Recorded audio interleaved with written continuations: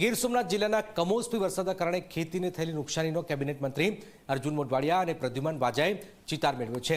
સૂત્રાપાડા અને કોડીનાર તાલુકાના પણાદર, પીપળી, છારા, કડોદરા, આલીદર, ડોડાસા સહિતના ગામોની મુલાકાત લઈને પરિસ્થિતિનું નિરીક્ષણ કર્યું છે। ખેડૂતો સાથેની બેઠકમાં ખેડૂતો દ્વારા ઝડપી સર્વે, આર્થિક વળતર અને ખેડૂતલક્ષી પેકેજ જાહેર કરવાની રજૂઆતો થઈ છે। જોકે મંત્રીઓએ ખાતરી આપી કે અસરગ્રસ્ત ખેતીનો તાત્કાલિક સર્વે કરી સરકાર સમક્ષ યોગ્ય અનુકૂળતા સાથે રજૂઆત કરાશે અને ખેતીને રાહત મળે તે દિશામાં સરકાર જરૂરી પગલાં લેશે। જે ગીર સોમનાથ જિલ્લાના પ્રતિનિધિત્વ અમુક ગામોની અમે મુલાકાત લીધી।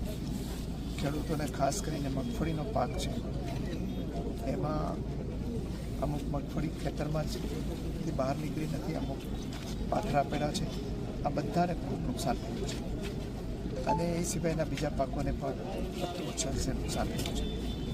માનનીય મુખ્યમંત્રીની સૂચનાથી અમે હું અને ડૉક્ટર પ્રદ્યુમન વાજા બંને અહીંયાના ધારાસભ્ય, સંસદ સભ્ય સાથે અહીંયા બધા વિસ્તારોની મુલાકાત લીધી છે અને પ્રાથમિક અહેવાલ અમે આવતીકાલે માનનીય મુખ્યમંત્રીશ્રીને આપવાના છે અને એ પછી સહાયના ધોરણો નક્કી કરીને ખેડૂતોને સહાયરૂપ થવા માટે રાજ્ય સરકાર નક્કી કરશે।